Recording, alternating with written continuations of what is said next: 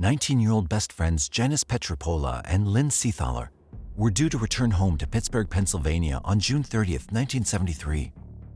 When they failed to check out from their rented cottage at Farrar's Motel at noon that Saturday, hotel employees assumed they may have overslept. The day shift manager decided to check on the girls and knocked on their room door. After several attempts and no answer, he announced that he was entering the room.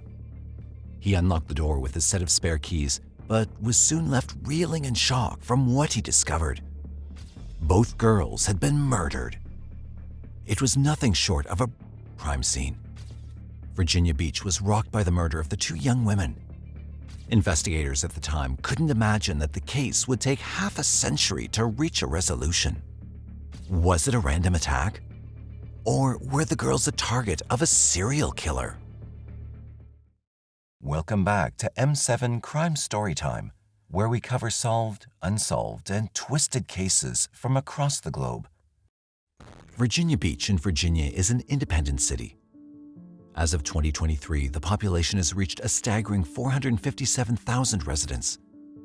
Despite its large population, statistics show that crime in Virginia Beach has decreased significantly. Only one person out of every 894 people is affected by crime, making Virginia Beach 29% safer than other U.S. states.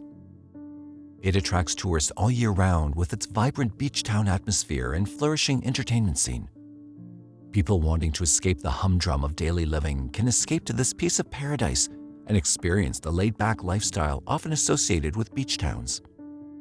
There are plenty of attractions for the entire family to enjoy, including kayaking, fishing, and hiking. Or if you want to spend your days reclining on a lounger on a beach. Foodies will also be spellbound by Virginia Beach, with its numerous restaurants offering a variety of delicious cuisines. In 1973, though, Virginia Beach was rocked by a double homicide that baffled local authorities to no end: the murders of Janice Pietropola and Lynn Seethaler. Janice Pietropola was born to parents Michael and Lucille Pietropola on March 11, 1954. She was raised alongside her three siblings, Judy, Michelle, and Michael Jr., in Verona, Pittsburgh. Janice was described as a gentle and kind girl who had great ambitions for herself. One of her most prized possessions was her Volkswagen Beetle, which she bought after working part-time through high school. She'd graduated from Penn Hills High School in 1972 and was working as an editorial assistant for a financial magazine. She planned on saving up enough money before enrolling in college to further her studies. While in high school, she met and became best friends with Lynn Seethaler. Interestingly, Lynn Seethaler was also born on March 11, 1954, and was raised along with her siblings Mark and Peggy by their parents Paul and Phyllis Seethaler. Her family lived in Penn Hills, Pittsburgh. People described Lynn as being friendly and outgoing with a gentle personality. She too graduated in 1972 from Penn Hills High School and began working as a secretary for the Urban Redevelopment Authority. Like her friend Janice, Lynn also decided to work first before saving up for college. However, both girls wanted to enjoy their new adult lives by embarking on an adventure before throwing themselves into work and study. In the summer of 1973, Janice, Lynn, and a few of their high school friends decided to take a trip to Virginia Beach to enjoy a well-deserved break. In the end, Janice and Lynn made the trip on their own after all their friends backed out due to other commitments. Before we move forward, we want to take a moment to thank our sponsor, Surfshark VPN. We strive to provide you with the best quality content. However, some of the intense visuals we present end up being restricted in some locations. That's why we're here to introduce you to the solution, Surfshark VPN, the sponsor of today's video. Whether you're a movie enthusiast, sports fan, or avid researcher, you can explore your favorite content anywhere in the world with Surfshark's global network of servers. Surfshark has servers in over 100+ countries, so you can just switch your IP address and access a whole new variety of content. But that's not all. Say goodbye to snooping eyes, cyber threats, and hackers. With Surfshark VPN, get unlimited devices under one account. Use our code M7CRIME to get 3 months extra for free. Surfshark assures a 30-day money-back guarantee. Experience the freedom and security you deserve and join the millions of satisfied users who've made Surfshark VPN their trusted virtual companion. On June 24, 1973, they packed their bags and flew from Pittsburgh to Virginia Beach. For the next 5 days, both Janice and Lynn enjoyed their days relaxing on the beach and exploring the attractions of Virginia Beach's oceanfront. At night, they often spent time at local bars and restaurants with the friends they made during the day. On several occasions, staff from the motel noticed the girls returning with male companions. No one questioned their comings or goings, as they were two young women on holiday having fun. But the end of their holiday was fast approaching. On June 30th, 1973, both Janice and Lynn were set to depart Virginia Beach and return home to their lives in Pittsburgh. When the day manager wanted to remind them of their checkout time, little did he realize he'd be opening the door to a horrific sight. In the living room, he discovered the door was stuck. When he finally pushed it open, he discovered to his horror that it had been obstructed by the partially clothed body of Janice. It was obvious that she'd been killed, as there was a large amount of blood around her head and upper body.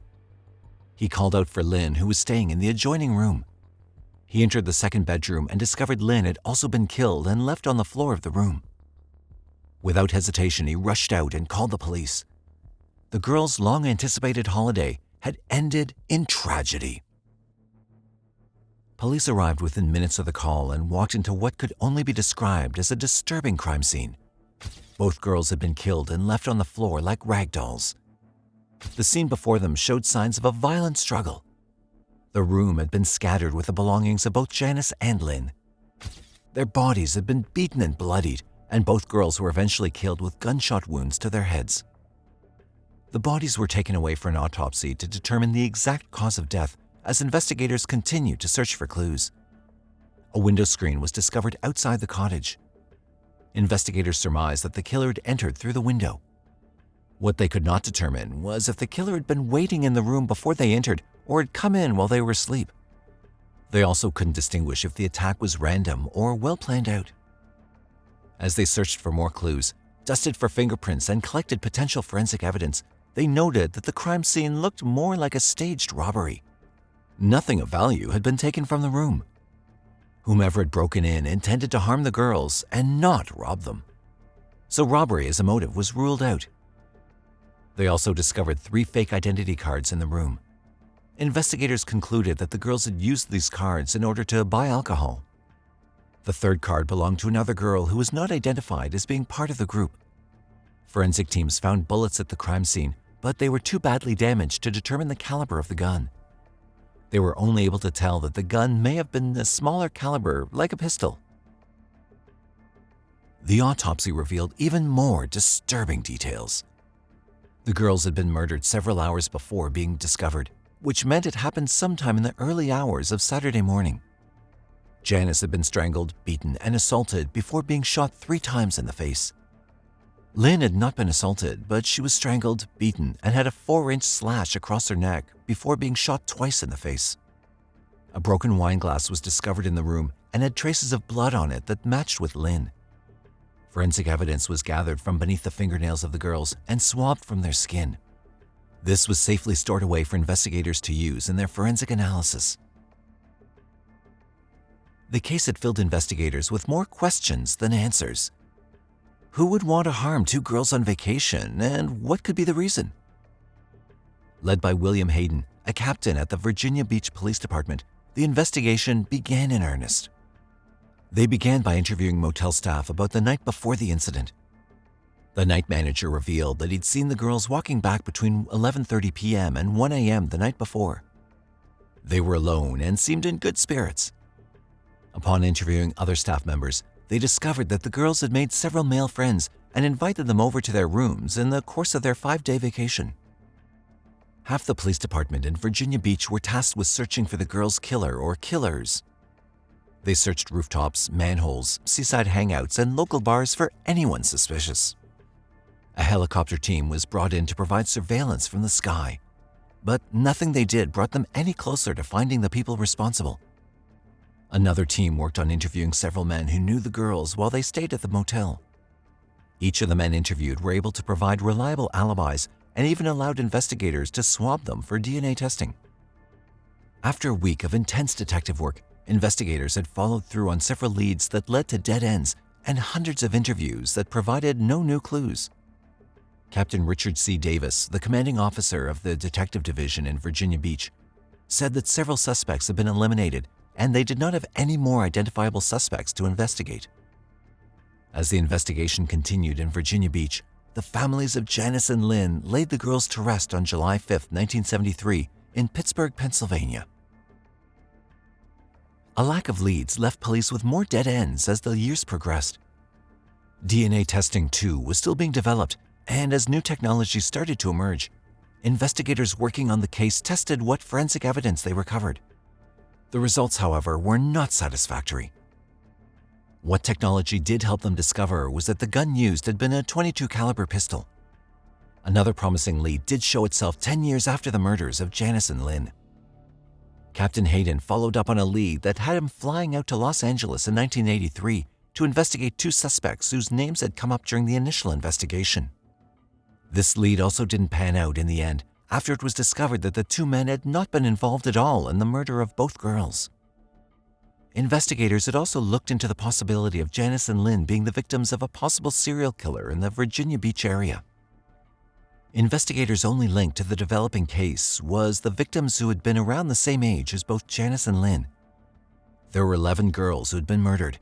They were all young, attractive, and Caucasian. Other than that, there were no distinguishing elements in the cases that could link them all together, but this remained their strongest possibility. Investigators hoped that by identifying the suspected serial killer, they'd find the answers to Janice and Lynn's murder. By 1988, though, the investigation had reached a burnout. The dossier that sat at the Virginia Beach Police Department was filled with a whopping 1,300 pages of notes and investigation files. But the investigation had turned cold. Over the years, detectives looked into the case, followed up leads, and retested forensic evidence.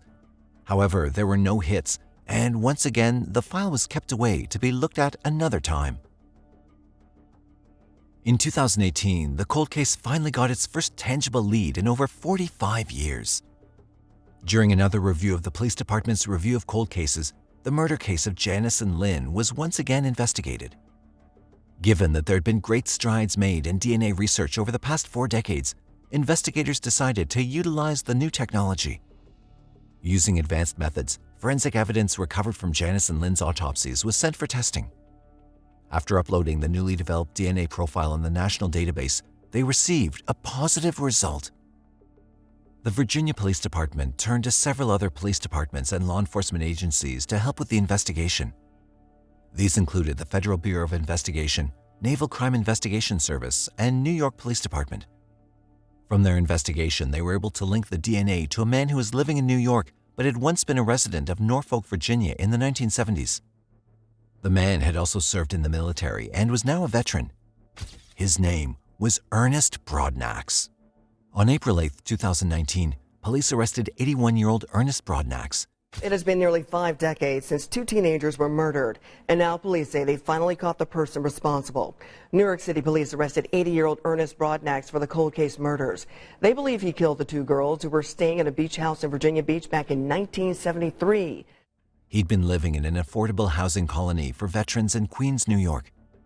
According to police, when they arrived to arrest him, Ernest nodded and allowed police to escort him to the waiting police car. Neighbors identified Ernest as being a friendly and kind guy who also tried to help others in his community.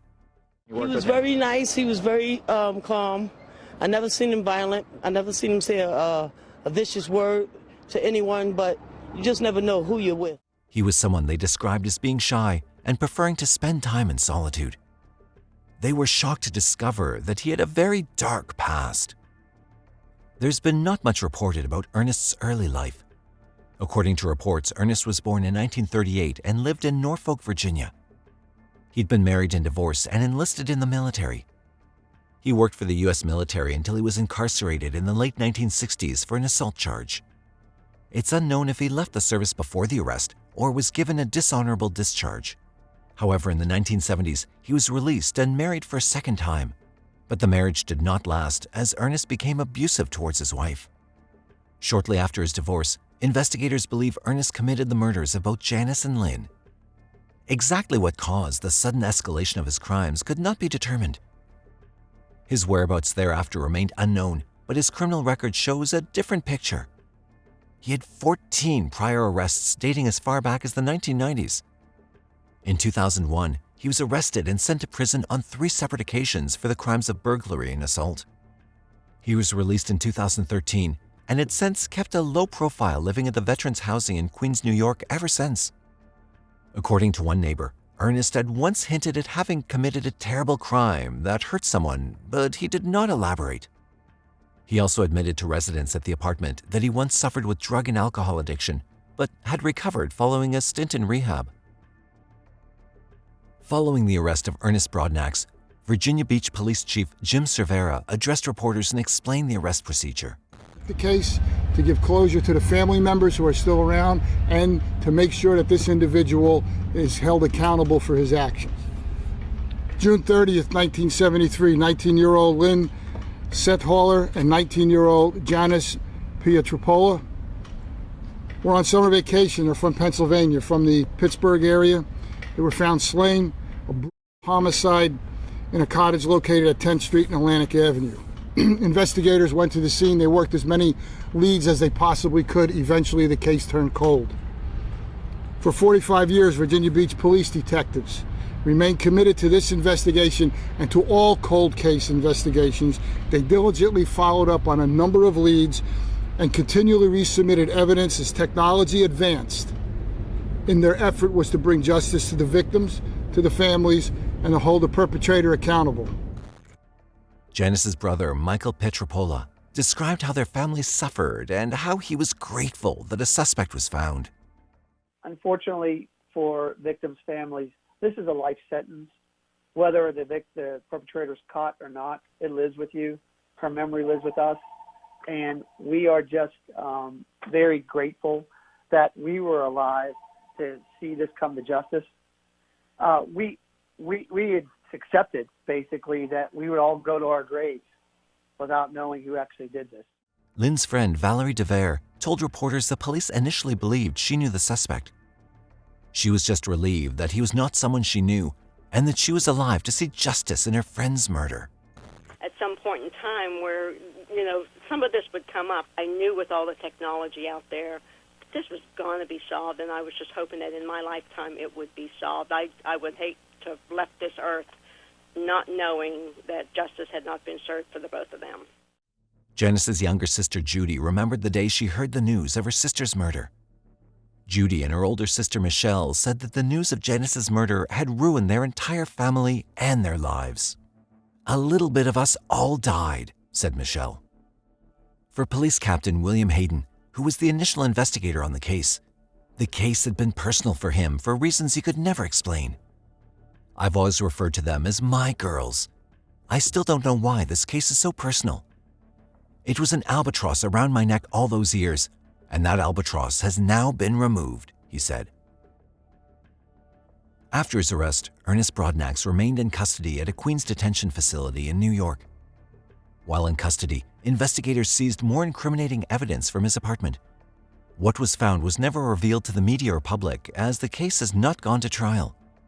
Investigators also needed to further back up their DNA evidence and collected a sample from Ernest. They also needed to confirm that Janice's DNA sample was still usable for forensic testing. They collected DNA samples from her 3 siblings that matched hers without a doubt, thereby confirming the original DNA sample had not degraded and could still be used as evidence in court. In August 2019, while waiting for a trial date to be set, a judge ordered that Ernest Broadnax undergo a psychiatric evaluation. He was discovered to have suffered from dementia. The report concluded that he was unfit to stand trial as his memory, thinking, and social abilities would interfere with his recollection of the incident. The Attorney General's office then filed a civil charge against Ernest as they sought to have a judge label him as a violent predator likely to reoffend. Under state law, it would allow prosecutors to have him indefinitely committed to a psychiatric facility, even if he doesn't face a trial in the criminal case. He was detained at the Eastern State Hospital in Williamsburg, New York. The judge ordered that he remain there and receive treatment while the prosecution worked on developing a case. While at the facility, he underwent several evaluations. At some times, he was considered competent, while at other times, he showed signs of severe dementia. The trial date hearing was postponed until 2021 due to the pandemic. In late 2021, a court hearing was held to determine whether Ernest was to go on a trial. A Virginia Circuit Court judge found that there was probable cause to hold a trial to determine if Ernest was likely to return to his violent ways again at his advanced age. This was determined after hearing testimony from Virginia Beach cold case detective Christy Curtis, clinical psychologist Michelle Seethaler, and arguments from Ernest's lawyer, Thomas Shepard. Curtis testified that during her interview with Ernest, he recalled working at Nick's restaurant on the ocean front in Virginia Beach in the early 1970s. He also remembered both Janice and Lynn and referred to them as peep show girls. Dr. Seethaler had interviewed and evaluated Ernest's mental health and criminal records. She testified that Ernest had a high risk of reoffending, noting that he displayed antisocial personality disorder and acted in his own interests. Ernest's lawyer, Thomas Shepard, argued that Ernest should be given a chance. He cited that his client had not returned to crime since his release in 2013 and had shown good behavior. But the case would never go to trial. In October 2022, Ernest Broadnax passed away at the age of 84. He'd suffered several medical complications during his time at the Eastern State Hospital. Following the announcement of Ernest Broadnax's death, Michael Pietropola released a written statement to the press. In it, he wrote that they'd been disappointed by the outcome of the case, but were at peace knowing that he would face judgment in death. The Virginia Beach Commonwealth Attorney's Office spokesman, Macy Allen, responded to Michael's statement and said they were just as disappointed and frustrated by the outcome. Today's cases have given us an insight into the disturbing and unsettling minds of murderers. There are always crimes out in the world that can shake the strongest of minds. Let us know which of our cases today has managed to rattle your nerves. And please subscribe to our channel, like and share our videos with your friends and family. Also, don't forget to leave us your comments. As always, stay safe until we meet again.